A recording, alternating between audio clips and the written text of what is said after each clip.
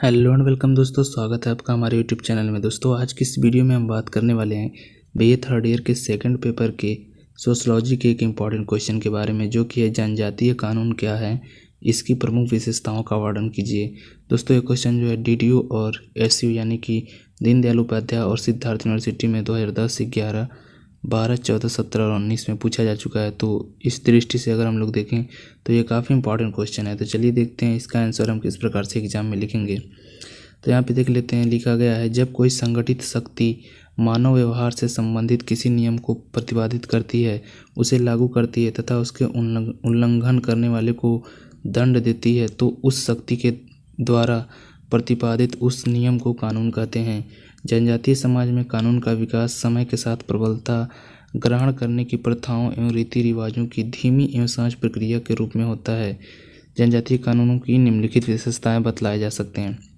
दोस्तों यहाँ पे इस पूरी परिभाषा को पढ़ने के बाद हमें यही मालूम चलता है कि जब कोई भी संगठित शक्ति यानी कि कोई भी एक संगठन हो जिसमें एकता हो और उसकी शक्ति हो, एक जो वो शक्ति जो है क्या करे, मानव व्यवहार से संबंधित किसी नियम को बनाए। यानी कि कोई भी आदमी है वो कहाँ जा सकता है, कहाँ नहीं जा सकता है, क्या कर सकता है, क्या नहीं कर सकता है, इससे संबंधित जो भी नियम बनते हैं और उसे लागू किए जाते हैं। और अगर कोई नियम बन गया कि आपको जो है 10 कदम आगे नहीं जाना है, लेकिन अगर आप चाहते हैं तो उसके बदले में आपको दंड दिया जाता है। तो इस प्रकार से जो भी मानव व्यवहार से संबंधित किसी भी नियम का प्रतिपादन कोई भी शक्ति करती है और उसे उल्लंघन करने पर, यानी कि जो भी नियम है उसका उल्लंघन करने पर अगर उसको दंड दिया जाता है, तो उस शक्ति के द्वारा प्रतिपादित उस नियम को कानून कहते हैं। तो यहाँ पे हम लोग देखने वाले हैं जनजातीय कानून, लेकिन ये था कानून की परिभाषा। तो जनजातीय समाज में कानून का विकास जो है वो समय के साथ प्रबलता के साथ हुआ है। ग्रहण करने की प्रथाओं एवं रीति रिवाजों की धीमी एवं सहज प्रक्रिया के रूप में होता है। यानी जनजातियों में जो कानून होता है वह सहज होता है, धीमी प्रक्रिया होती है उसकी, और ग्रहण करने की जो माध्यम होता है उस नियम को ग्रहण करने का, वो प्रथाओं के माध्यम से अगली पीढ़ी को दे दिया जाता है। तो यहाँ पे जो जनजातियों में कानून जो है सहज होता है और धीमी प्रक्रिया से होता है और समय के साथ प्रबल होता जाता है।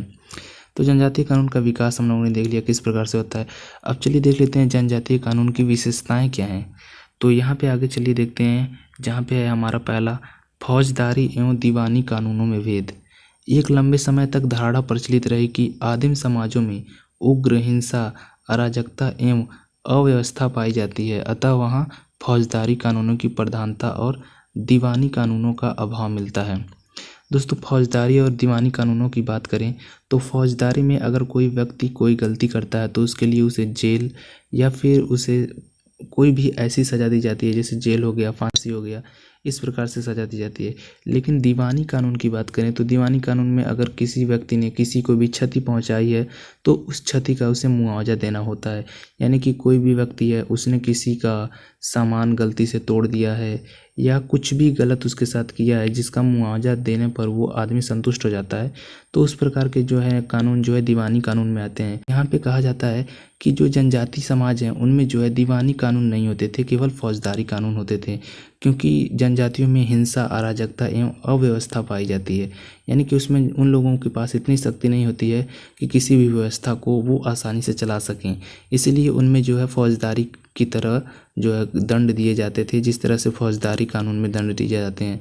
तो ऐसा मानना था कि दीवानी कानून था ही नहीं, यानी कि किसी का सामान अगर गलती से टूट गया हो तो वो जो है उसके बदले में उसको मुआवजा ना देकर उसको कोई ना कोई सज़ा दी जाती थी, क्योंकि वहाँ पे दीवानी कानून का अभाव था, ऐसा कुछ धारणा प्रचलित रही थी।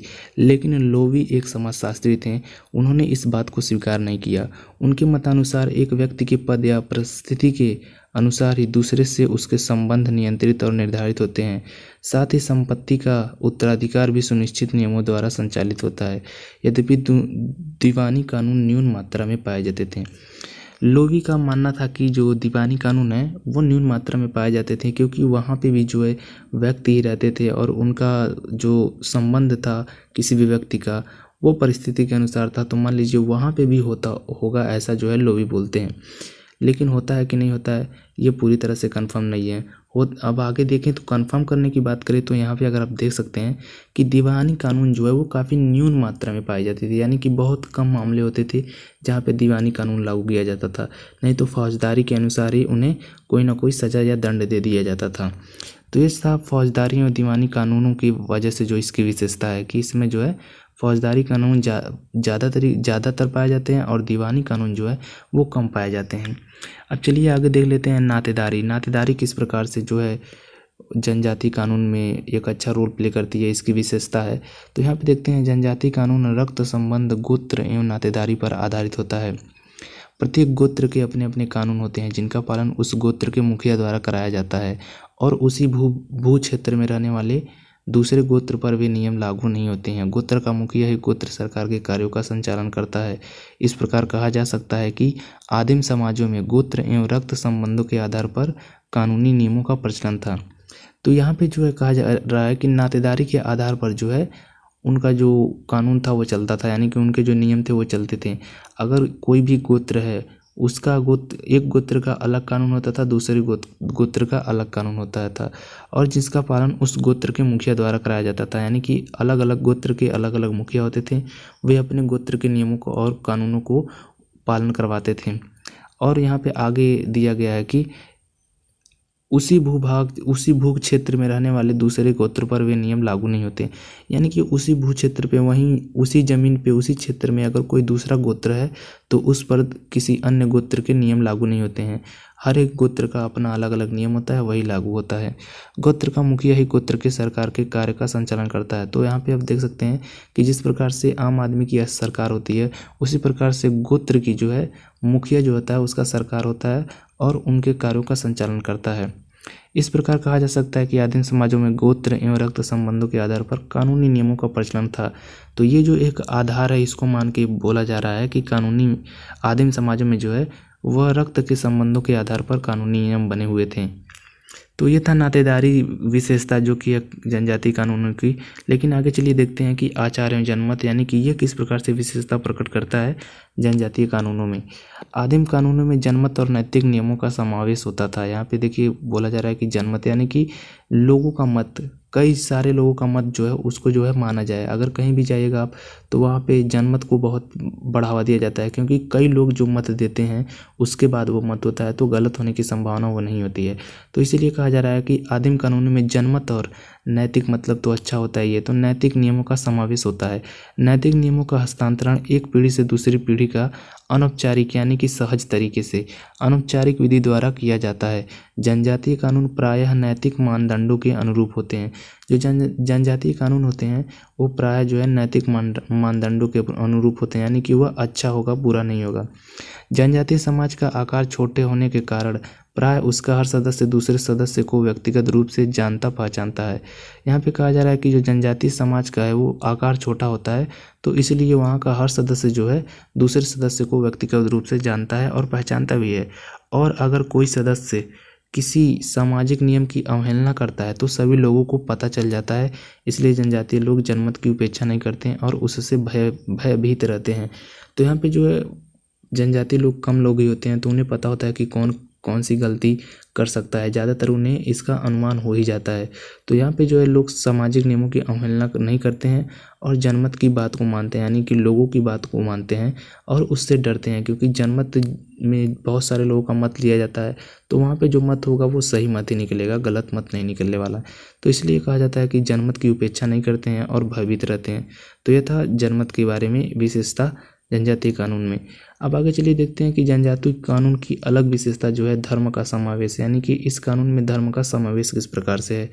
जनजातीय कानून का धर्म मिश्रित नैतिक नियम होते हैं, यानी कि धर्म का जो है मिश्रित नैतिक नियम होता है, यानी कि कुछ मिला जुला नैतिक नियम होता है। धर्म का प्रभाव अधिक होने के कारण वे साधारणतः नियमों का उल्लंघन नहीं करते हैं, यानी कि जो धर्म से रिलेटेड नियम बना दिए जाते हैं उनको जो है लोग उल्लंघन नहीं करते हैं, क्योंकि उन्हें डर होता है, क्योंकि उन्हें विश्वास होता है। आगे देखते हैं हम लोग, क्योंकि उन्हें यह विश्वास होता है कि गलत कार्य करने पर ईश्वर दंड देगा, तो वह डरे होते हैं कि अगर हम गलत कार्य करेंगे तो ईश्वर देख रहा है, ईश्वर हमें दंड जरूर देगा।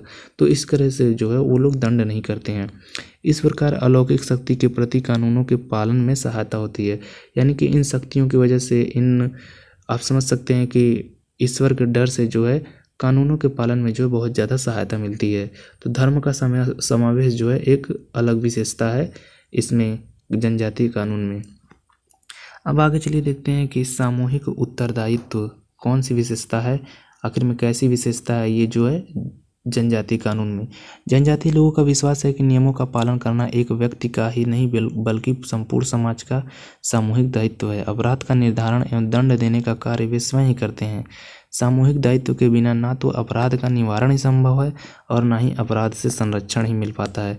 यहाँ पे सामूहिक उत्तरदायित्व में कहा जा रहा है कि जनजातीय लोग जो होते हैं वो लोग सभी लोग ये मान के चलते हैं कि हमें जो है नियमों का उल्लंघन नहीं करना है और उनका सभी सामूहिक में उत्तरदायित्व लेते हैं, यानी कि जिम्मेदारी उनकी होती है कि उन्हें जो है गलतियाँ नहीं करनी है। और अपराध का निर्धारण वह स्वयं करते हैं, यानी कि अपराध का जो दंड देना है उसका निर्धारण जनजाति के लोग ही करते हैं। और सामूहिक दायित्व के बिना ना तो अपराध का निवारण ही संभव है और ना ही अपराध के संरक्षण ही मिल पाता है। यानी कि अगर सामूहिक लोग एक दायित्व ना बनाएं कि हमें अपराध नहीं करना है, ज़्यादा लोग दायित्व ना बनाए समाज के, तो अपराध होता रहेगा। इसलिए कहा जा रहा है कि सामूहिक दायित्व के बिना ना तो अपराध का निवारण ही संभव है और ना ही अपराध से संरक्षण मिल जाता है, यानी कि अपराध से संरक्षण भी नहीं मिल पाएगा अगर सामूहिक उत्तरदायित्व नहीं होगा तो ये एक विशेषता है जनजातीय कानून की कि इनमें जो है सामूहिक उत्तरदायित्व होता है। अब आगे चलिए देखते हैं कि अपराध में भावना का महत्व नहीं, यानी कि जनजातीय कानून में अपराध में भावना का महत्व नहीं होता है, ये भी एक विशेषता है इसकी। तो इसमें क्या है, जनजातीय कानून में अपराधी की भावना को अधिक महत्व नहीं दिया जाता है, बल्कि यह देखा जाता है कि अपराध हुआ है चाहे वह जानबूझकर हुआ हो या अनजाने में। यानी कि अपराध में जो अपराध का भावना यानी कि नहीं महत्व होता है, यानी कि अपराध में जो भावना होता है उसका नहीं महत्व दिया जाता है। अगर कोई अपराधी है उसने गलती जानबूझकर की हो या फिर गलती से की हो, यानी कि अनजाने से ही कोई गलती हुई हो, फिर भी उसमें उस अपराधी की भावना का महत्व नहीं देखा जाता है कि उसकी भावना क्या कर रही है, उसने जानबूझकर किया है या फिर अनजाने में, उसे सज़ा मिलनी है तो मिलनी है, यानी कि उसमें जो है उसको भावनाएं काम नहीं करती हैं। जबकि आम जिंदगी में हम लोग देखें तो यहाँ पे जो है भावनाएं काम कर जाती हैं और लोग माफ़ कर देते हैं, लेकिन वहाँ पे जो है यह नहीं देखा जाता है। वहाँ पे केवल यह देखा जाता है कि अपराध हुआ है या नहीं हुआ है। अगर हुआ है तो सज़ा मिलेगा, अगर नहीं हुआ है तो सज़ा नहीं मिलेगा। तो मिलते हैं आपसे नेक्स्ट वीडियो में, तब तक के लिए आपका वीडियो देखने के लिए धन्यवाद।